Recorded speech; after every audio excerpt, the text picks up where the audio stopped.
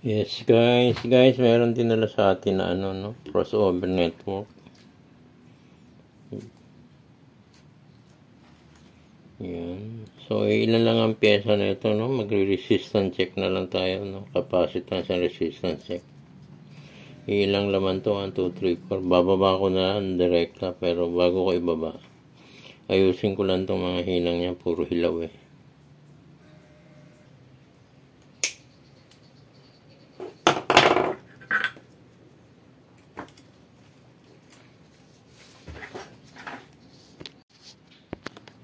Yes guys, naayos ko na lahat tong no, itong mga wire. So ito nang direct tanggalin na natin ito bago isa-isa i-test. Ilang pyesa lang naman yan. So nanahin na natin sa mga capacitor na ito.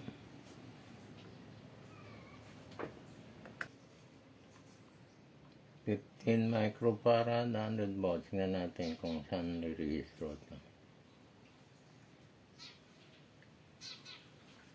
Okay tayo dyan. Okay, 15. Okay pa. 15 microfarad, 100 volts. So, okay.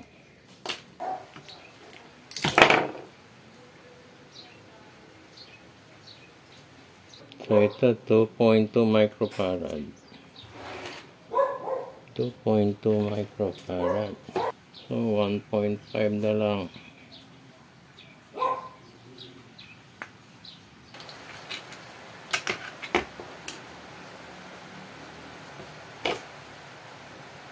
So 2.7 from 3.3 to 2.7. Yeah, so guys, nandito ang trouble. Ito sa coil na ito, hindi nagko-contact yung isa. Ito, yan. Dito. Kaya mabilis gumalaw. Wala.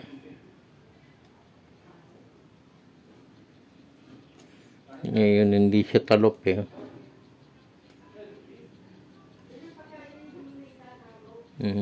Dito, tatalupang ko to.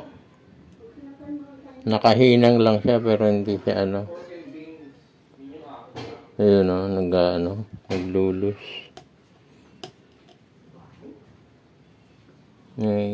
Hindi siya nung tinalupang ko nag-contact eh. So ito kasi nakakapagtaka, ang laki-laki mapuputol. So ito, kakayasin ko to. Pag dito wala na yun. So itong area nito wala na to. Dapat may contact ba siya? Ayun na.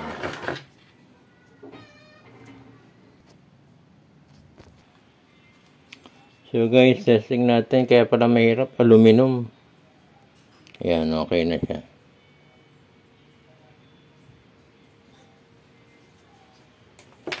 So, ang hirap kumapit. Hindi siya copper.